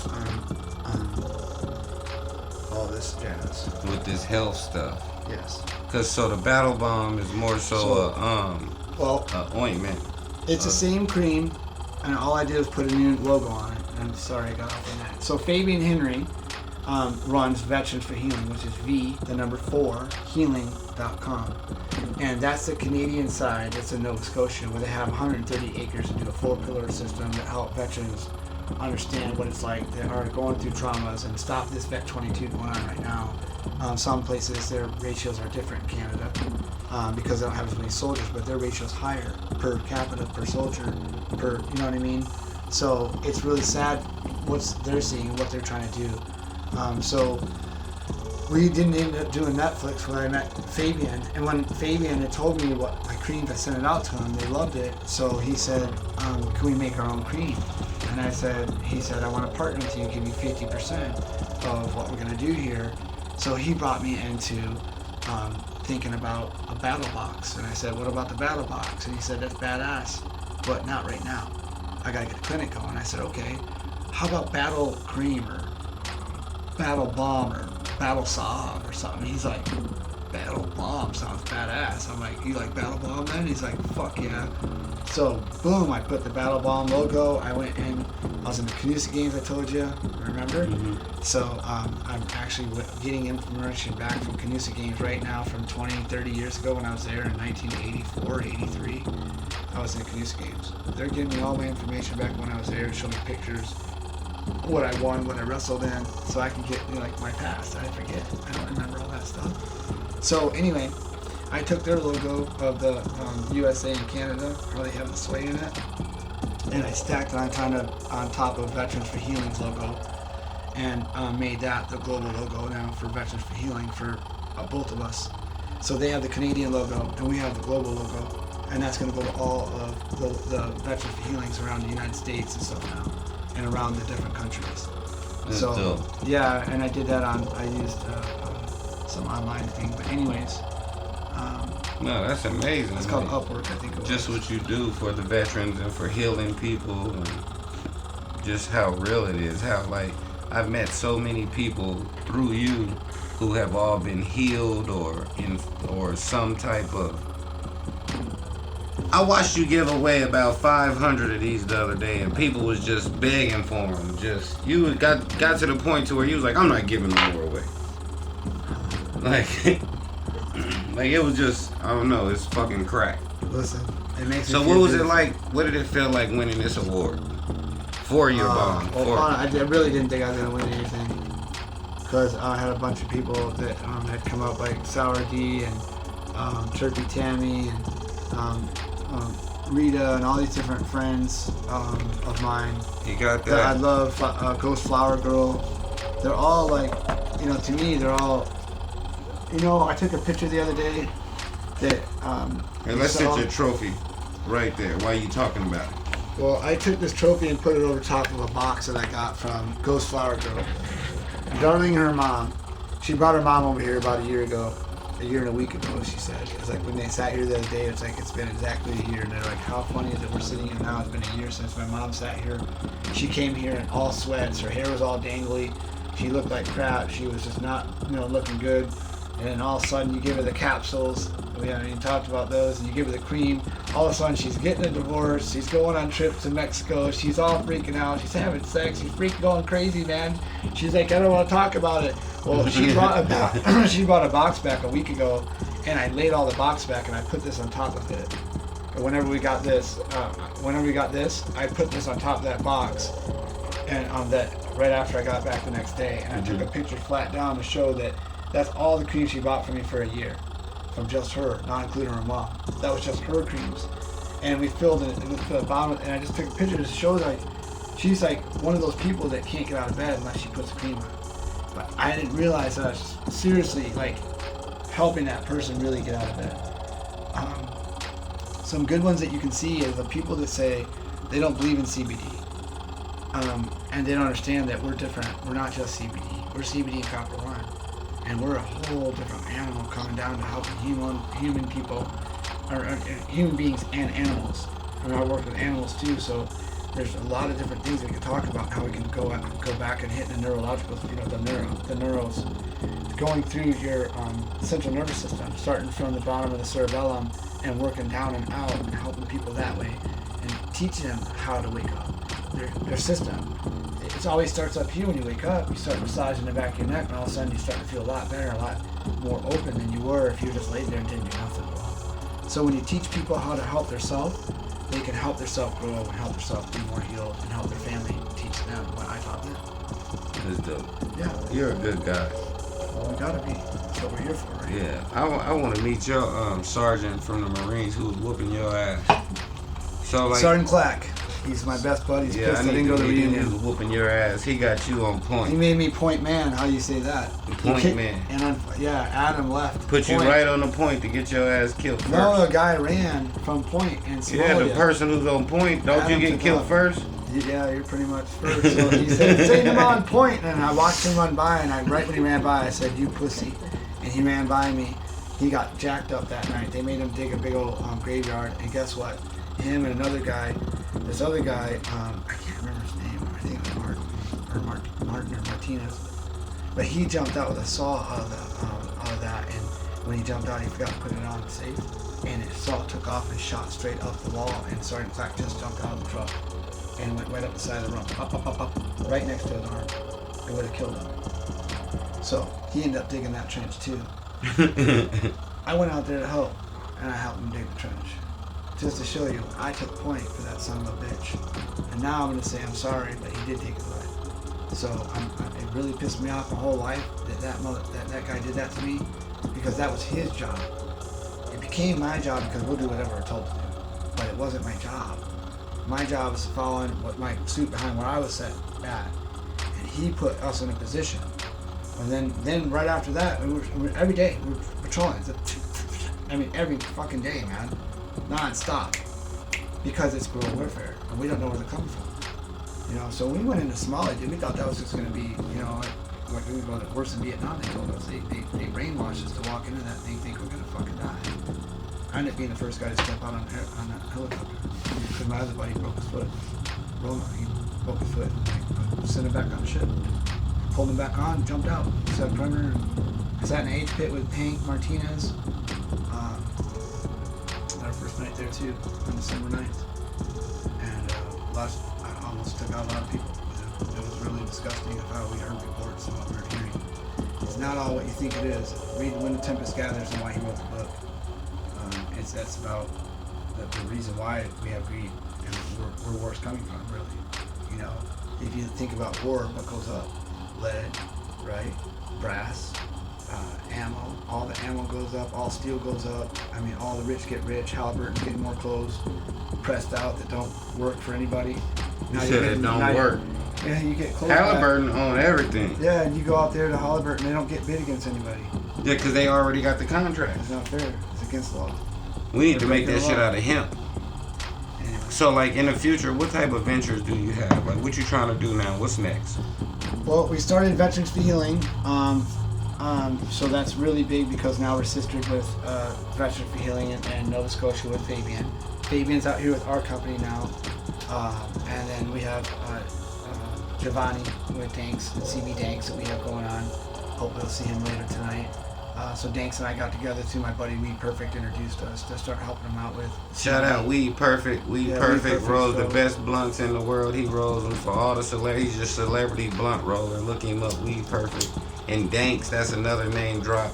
He's a friend of ours, one of our partners in crime and a lot of things that we do.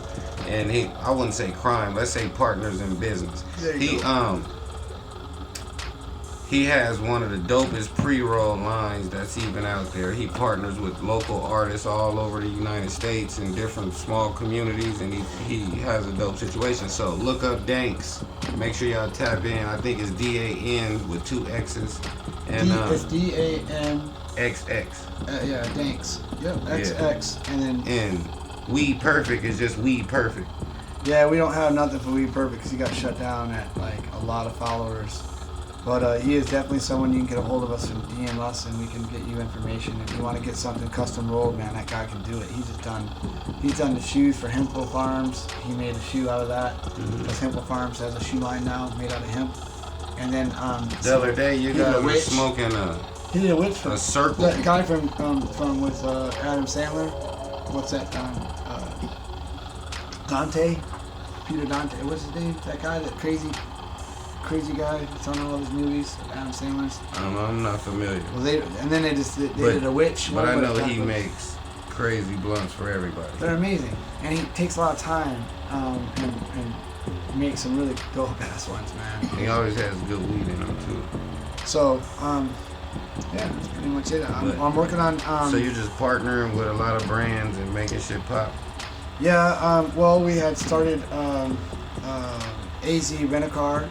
So that's going on right now. Shout out the young kings. Yeah, we got to get those guys. They going crazy. Yeah, then we got another one. So he's renting cars. So if you need rentals, that's pretty cool because he's learning. And you know, Cam is like one of my favorite people.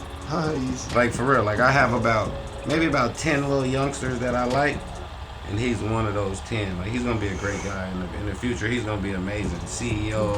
He's gonna have dope shit. Like his foundation is being set. He's focused. Like I'm excited to see him in 10 years. That's AZ Rent-A-Car with 2 cars that we went and bought a Fiat 500 Sport, and then we got my other one that is the Optima, Kia Optima 2015s. So he started with those, and the very first one he started with the Optima. He's got 5-star ratings already. So he's like looking at the future of what every value of the car is and what best car to buy. He's like, didn't just buy any car. He researched it, man. And it makes me think like how he used to watch me stay up till 2 o'clock in the morning and wonder why I worked so hard when I was making all that money, you know, and building other companies back then. I had 5 companies going. I had Simply Hydrographics going. We were doing hydrographics like way back, you know, back in the day. And then he bought a big 5,000. He bought this big tank, and we started, you know, it's crazy doing football helmets and shit. I started a bunch of different stuff. And even the one I have now, Performance Construction LLC, just now got a bank account after all these years. Fate have you that the guy that worked with me when I went through my crisis was the same guy that helped me start my account and saw what happened. And it gave me an opportunity to start all these new companies again and get going back on my feet to open my kids' companies now. Give them breathing ground and say, hey, you own this now. Now look at them shine. I own this company now. I don't own it. You own it. Go get it. I'm going to manage it for you. Let's manage it for you. And that's what you have to do for our kids now, is like set them up on a good path. A lot of them are going down to their phones and not following the educational path that's set for them. They're going to more service-oriented, angles instead of going towards educational value that's going to help them and their family beyond go to the next level. Instead of staying at that mid-level where most people are just sitting in these common, low-grade, $18, $20 an hour jobs that are holding you up. They're going to fuck you up for like carpal tunnel. No, they're just gonna hold you up, like you said. So, I got one more thing I want to talk to you about, and that's charity. Tom's. What is? Moms. Yeah, what's that? Like, I saw them at the event on Friday. Oh, that's a wonderful group. That group started up with my buddy. She's my buddy, Turpy Tammy. At Turpy Tammy on Instagram, and at Tom's Palms. Now, Tom's Palms is a 501c3. They're now licensed in the state of Arizona, and I'm on the board of directors with them. And our deal is to help out with basically getting food and clothing out to all the homeless in all these different areas that we've been to so many different parts of the city that it's amazing to watch 10, 15, 20 trucks, cars, vans go out. One, come in there and help you. We got one guy cutting hair, in a parking lot. You're running the power off of a generator, helping people. Excuse me. So, and then you got other people helping out, building bags up. We've had some great people come out and drop and contribute major bags, and we fill them all up with everything and roll it out the door. And then we pack up the cars and take out meals from, and we get money from Nature's Meds to go into a fund to help us out for the food, which is $1,000 every other month. And we have other contributions coming from making that $1,000 go to double. I think it's called double D barbecue, and they bring out these little cups full of food. And then we take those cups and load them up, and then we give those out to all the people in every place we can. Following the new guidelines where you can't park in the streets and all this stuff. You're not allowed to pass out. They're making it really difficult for us. So we need more support politically. They don't even want us to help the homeless. No, they want them out, and they're chaining everything. Where they gonna go? They're cutting up. You see how they put the chains across where are they supposed to go? Well, if you go to some places, they're actually helping them. If you go to some cities, they actually have bathing spaces for them. They actually put up water towers for them so they can actually survive. In Burbank, they have a bunch of shipping container houses that's in the middle of the park. And it's like they took a part of the park and put the shipping container. It's like a shipping container community for the homeless. It's dope. But if you can help it, moderate it, and set guidelines, as hard as it is, a lot of these people stopped society and said, fuck off. Like, I don't care what my social security numbers. I don't care if I owe $10,000. I don't care if I owe $1 million. I don't care that I have $1 million in my bank account right now. I'm still gonna sit in the fucking street because I can't handle it anymore. That almost happened to me, and that's why I went down in my tank. I couldn't believe that people were taking from me as how much I was making and what was happening. And I watched it deteriorate in front of my face. And more people I let in, the more I let ravish me. And it deteriorated my soul that I would help so many people like I'm doing right now. But at that time, I didn't have the foundation I have today like I have with you. And I have all these other people I brought back into the foundational people I knew stood by my side. So, as we get older, we learn foundational values of how this table standing up right now has 4 legs. But these 4 legs are made out of an awful lot of material to keep these 4 legs on. So what's really in these 4 legs? Is it just a leg?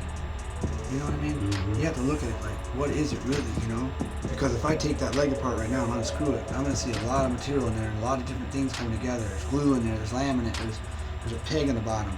Man, there's a lot of pieces to build that leg to make sure that foundation is going to be sturdy to hold up this table, to hold up this trophy that's so beautiful.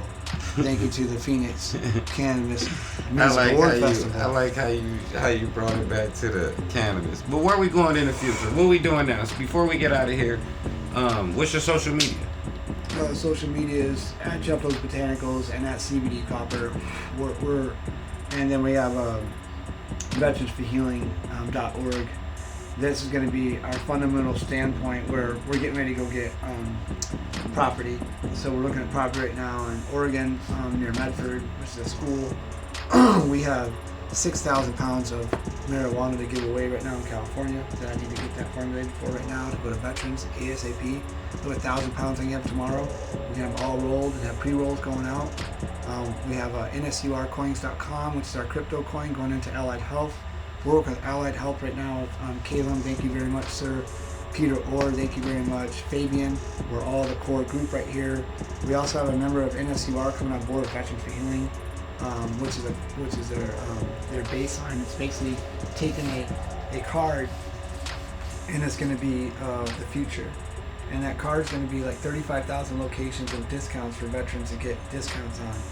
And then we're also going to have an opportunity now that I want to add more value to it, is give the veteran a chance to get technical training off this, like we can set them at West Mech and all that, where they would tie in for us right now. Mm-hmm. But then every other community would do the same thing. Whatever West Mech they have in that community is going to use, and they're going to tie in with our company, Veterans for Healing, our nonprofit, and it's going to teach that veteran now to come out of the service and don't be a security guard, bro. Come here and be structured at this place and learn how to do this. And we're going to give you a structured organization to show you that you can do it the right way and help you get through your PTSD at the same time. So while they're learning that tech school... Yeah, you can't say D though. No. Just PTS. PTS. No disorders. Yeah, no disorder. We're just post-traumatic stress, and we have to work on it. And so this is why you're going to go to school. Now we're going to set you up on that card. It's going to give you financial aid, where you're going to have financial help.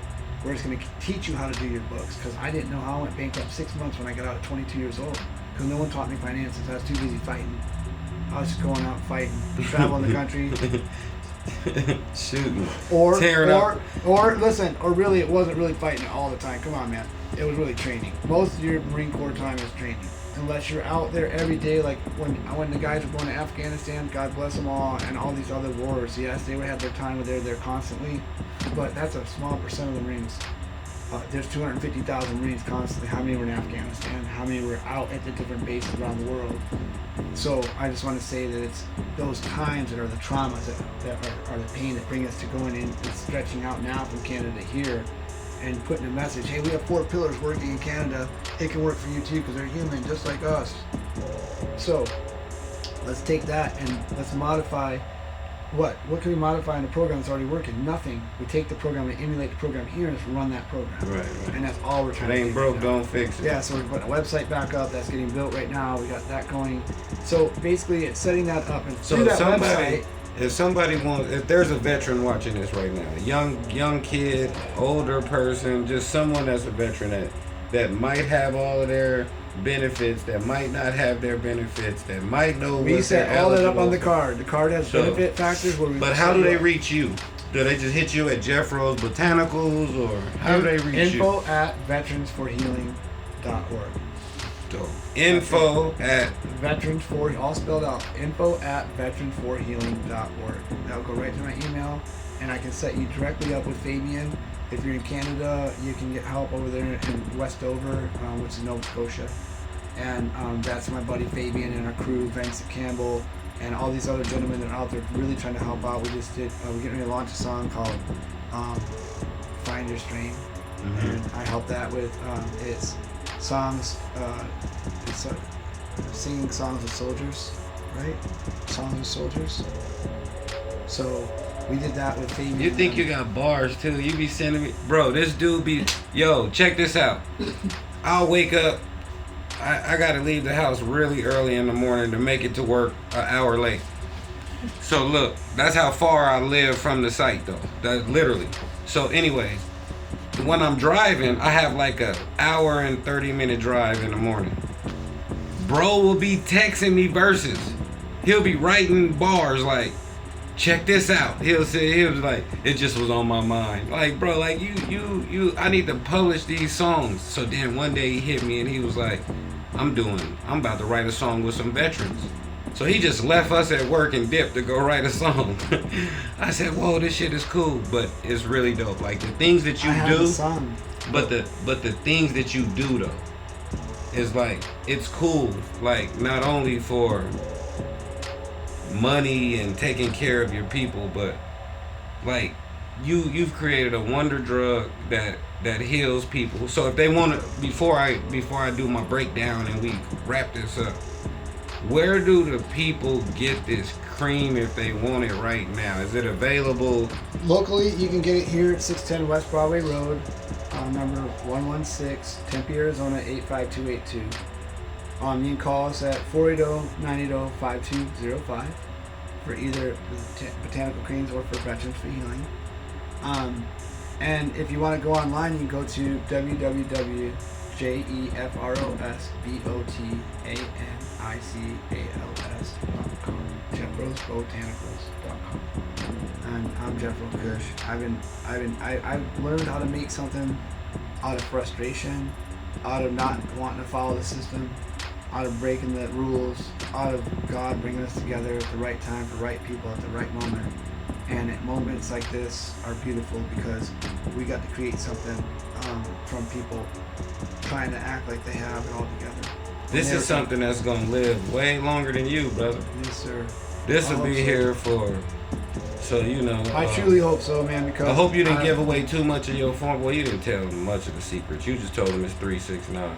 They don't know what the fuck 369. No, it's just fun because I never knew it, and so the joke on me, right? Because I'm the one that wrote Sir Mix-a-Lot. Why did I write that? I'm gonna break that thing out to you and show you. You're gonna crack up when you see it. You are Sir Mix-a-Lot. So I do mix a lot. Yeah. I mixed 500, and we just rid it off. We just erased the board the other day. We did almost 700 units total. Or no, it was 577. Yeah, it was over 600 units we did in 2 days. I made 6 batches and made samples like crazy for that for Sheldon and for Wacko 420. Thank you guys.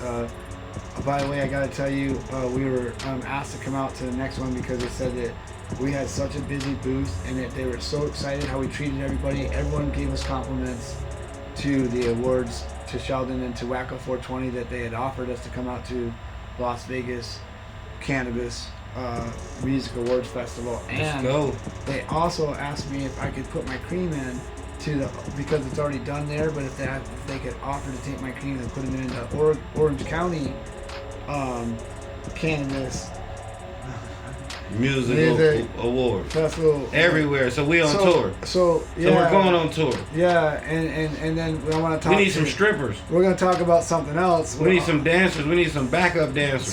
So just by doing that, that puts us on a set where we get to really start educating people on both sides of it. So I'm bringing Battle Balm with us on this, man. Mm-hmm. And I want to bring Battle Balm because I want to show people that Veterans for Healing is about the Battle Balm. It's not just about Jefro's Botanicals, man, because I get what that's doing. But Battle Balm came because of the idea that we're going through a lot. We're going through a lot of battles right now. And when you think about it's kind of like Jefro's Botanicals came from the battles. It did, man. You just branded it backwards. Yeah. You know what I mean? That's what this whole interview has been about. Well, I started BioCopper 1, BIO-CU1, and I was on the phone with a football player. Oh, hold on. I don't mean to cut you off. Go. Talk about the pills. MMA. Well, yeah, I work with a guy right now, Richard Palencia. He just got picked up by the Bellator by a multi-fight deal, right? Mm-hmm. And it's because I told him, if you put the cream on before you go work out and you do it, then shower, then wait, and 15 minutes let your body dry off, and then put it back on again after you stretch. I said, you're going to change and your body's going to develop and start taking the capsules. So we have BioCopper 1 was a conversation. We were trying to figure out new names that I could use, and I was on the phone with Charlie and with this guy. And ended up making BioCopper 1. I got the trademark on it. And now that I have the trademark, I have an Amazon account I'm trying to build upon with BioCopper 1. I got offered that. Plus I got a lot of good stuff like that. But that capsule, so copper is BioCopper 1. Bioavailable Copper 1. But Copper 1 comes from, basically, if you have a solid piece of copper on top of the ground and it rains and it oxidizes, it changes to copper 2. It goes through the earth and it hits the root system of the plant, ties into the root system, goes through homeostasis. That copper 2 donates 1 electron and makes it copper 1, which is 28 electrons. So that system's a flow chart, right? Then you eat that, which is kale, which is the highest amount of copper 1 you can get. Well, that copper 1 being one available electron helps your adenosine triphosphate, which is your ATP, which is your core energy. And by giving that one extra electron in your body that you don't need by It charges you up. It gets you. It goes to your glycol chamber. Because I know how I feel when I don't take it. Well, I'm telling you, what we're doing now is we were making our own capsule and using another deal. It's called humic acid, VFI verified with fulvic acid, and we're tying in some other shroom, called. Anyways, I'll get into that later. But we're making another capsule on our own, and we're going to be bulking those out, which is coming right now. Also, we got Puff Puff Pass coming right now. It's being made by one of our buddies, Tyrell. Up in Long Beach. So we're doing Puff Puff Pass, which went gold with HDM Records, which is Hadley Morel is my partner. So he's an old 7-year-old brother that's like the first DJ in 1962 was Hadley Madley. He was here as the first black DJ back in that time. KCAC, I think it was called. Mm-hmm. And so now he went gold with Puff Puff Pass. So we made a little QR code on it. That's up there right now. We're going on a phone call tomorrow with them and starting all that. We're meeting up next week, so I'd like to go to California with you and show you Tyrell. I told you he's got the world's largest avocado tree. It's fucking huge. Avocados are like the size of fucking elephant nuts. But anyways, so that's part of it. And I think that's pretty much wrapping up what I have going. Is I have more stuff, but I want to get into it. My son's we started my other son Keaton up with Dying Breed Customs, where they wash, wax, customize, paint, do the interiors, fix up the cars, do additions, do all kinds of different stuff. So look out for that. info@dyingbreed.com or dyingbreedcustoms.com. Sorry, info@dyingbreedcustoms.com. That's my boys that I'm trying to give them a fight to go kick some ass and really have fun. They're doing a car show tomorrow. More info on that later, but they'll be doing a car show tomorrow for sure. And they're stoked on that. They got flyers getting ready to go out and stuff, so I'm excited for that too. Man, you are an amazing dude. Man, thanks again. Yeah, hell yeah. Thank you. Really give me a hug. All right, bro. Give me a hug. Like we don't. Ooh. Oh, shit. We don't. Hey, that's gonna be a good laugh. Yeah. But we don't never shake hands. So it wouldn't be right to shake your hand now. I almost died. But Jesus. Ooh, that was scary, huh? I know. But look, my ass. Before I get out of here, you know what I say to you guys all the time. Hold on, I want to give a shout out to my sponsor. I gotta give some love to FTG Clothing. Shout out Flame the Game out in Tulsa, Oklahoma. He sent me a package with a bunch of hats and t-shirts and stuff. I need some more stuff, man. It's summertime. I need some summer gear, man. Send me some stuff. But y'all know, before I get out of here, I'll always say that today will soon be two things. Today will soon be tomorrow, and today will soon be yesterday. Whatever you do today is what's going to determine your tomorrow. You don't want to get to tomorrow and still talking about what you should have did yesterday. See, like, every time we do these interviews and we lock in and we hear people's stories, testimonies, we hear their experiences, it gives us time to reflect and it gives us time to compare. And then when we compare and we reflect, we get to get personal, and then it makes you vulnerable. When you get vulnerable, you get to really see the real in the interview and then in the conversation. That's why in our conversations, we don't never cut them, we don't edit, we don't clean it up, we don't nothing. We just give it to you how we got it. Like y'all just saw us fall over the couch. It's authentic, it's organic. And this brother here is very organic. A lot of things, yeah, very organic. But a lot of times when we talk about people, we always talk about possessions. What they have, or he has this house, or he has this car, or he did this, or he did that. But when I talk about this brother, I always have to talk about what he does for others. He just told y'all a story about his upbringing, going through battles, fighting battles as a young boy, dealing with transferring schools at the peak of his career. I know what that feels like. I did that. My mom tells me in the 8th grade, We're moving to Oklahoma. Oklahoma, I'm already playing freshman basketball at Central in the 8th grade. So why do I want to go to Oklahoma? Fuck out of here. I ran away from home. So that was one battle he had. Then he gets to another neighborhood and he fights another battle. Then he's living in the house fighting another battle. Battle Balm. Then he gets, like, every transition is a battle to where he ended up fighting battles for our freedom and for some of our liberties and some of the things that we get to do around here and we take for granted. He's just been fighting battles. And then he took it to the next level and started creating products that'll help street walk up the stairs. A friend of mine, Miss Rosie, shout out Miss Rosie, thank you for making a piñata for my kids. Miss Rosie speaks so highly of the products, and she's a published nurse, top of the line. This is She's part of our nonprofit. She's a registered nurse for us. Yeah, she's no for play. She's ready to go. She's on board. Yeah, thank you. And I'm just starting to see more that, like we said earlier in the interview, if you don't take out time to talk to people, you might miss it. You know, some of the people that you hang with every day is just a phone call away from your blessing. And if you open your mouth, if you just speak, then you might get your blessing. But this brother right here is a true example and a true definition, a manifestation. I can just keep going on of the words, regardless of environment, regardless of wherever he's been put, he's made a way. I watch him do it now. We're working on a multi-million-dollar project right now, and he's just like, I watched him take a stack of blueprints like this, like $200,000-$300,000 blueprints, and break them down to a 3rd grade level. We have other projects that we're working on with other companies and other people, and I'm watching him just make something that's so difficult, break it down so simple.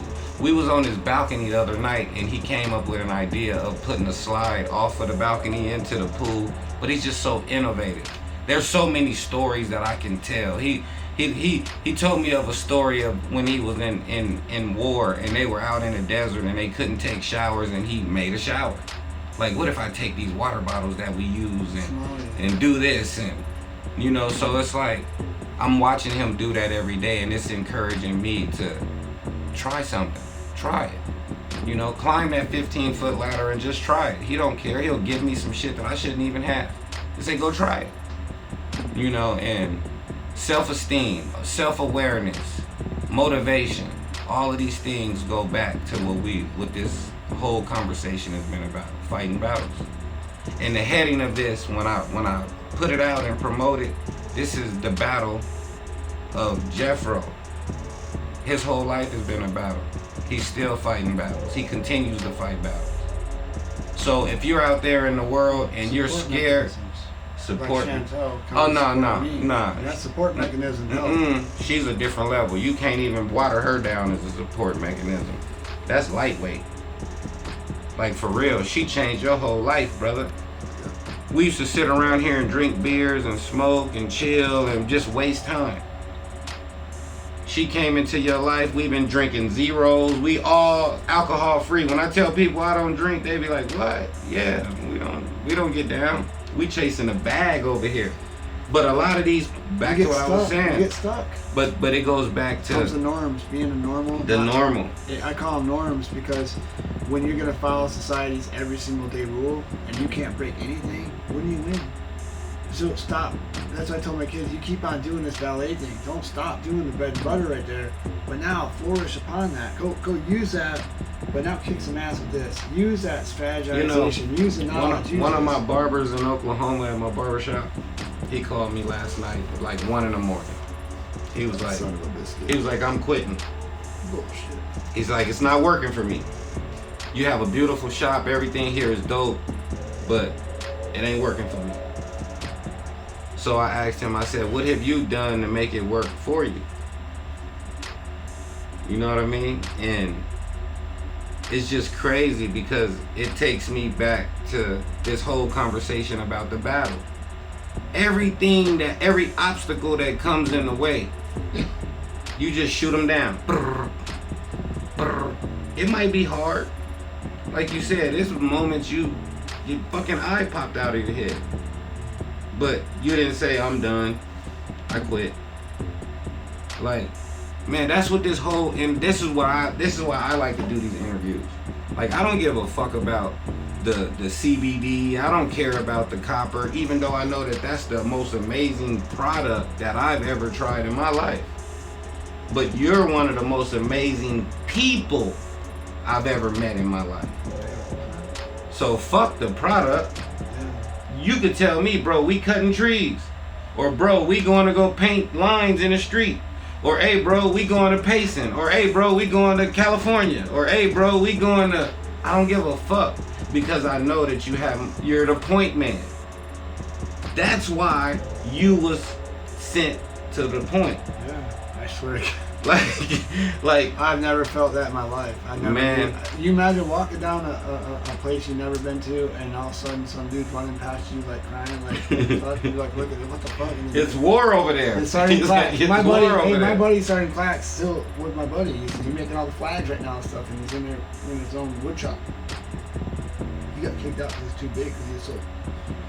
We never did finish that Corporal Eccles thing. That's pretty funny. Yeah, Corporal Eccles. Yeah, you gotta say it before we get out of here. But anyway, he's the one that did that to me. He called me out. I don't know why. And he said, Sammy, because you were my favorite Marine. That's what he told me. When I met him again, walking up the Arizona Mills Mall, go figure. And he recognized me, and he had just gotten out of the hospital from being crushed by it. After I met him after I met him from that, he got crushed. He was working for a bridge company. He got crushed by one of those big giant things you see and land on. So he broke like 100 bones, and he had to go through surgery, and he was in a wheelchair, and he finally, popped out of his wheelchair and shit. And so he had moved to build this big barn and started doing wood stuff. And after rehabilitation, he wanted something to do. Mm-hmm. So he started making American flags. But he's the guy that had told me to go, and he's the one who told me this Marine. That's what I told you about flying. And all of a sudden, you're just going. I mean, you're just freaking the fuck out because now you're in control of everything. You're the signal guy. You're the one telling them what to do. Yeah, go over. You gotta look for the rounds. Like, where's it coming from? Motherfuckers coming there. It's going over there. It's going there. I don't know where to fucking point. I'm fucking up. But what else you want me to do? They actually were in that life. It's like, where are we going? I've been around the world. I told you, man. So, but again, having really good support mechanism, no matter how amazing anybody may be.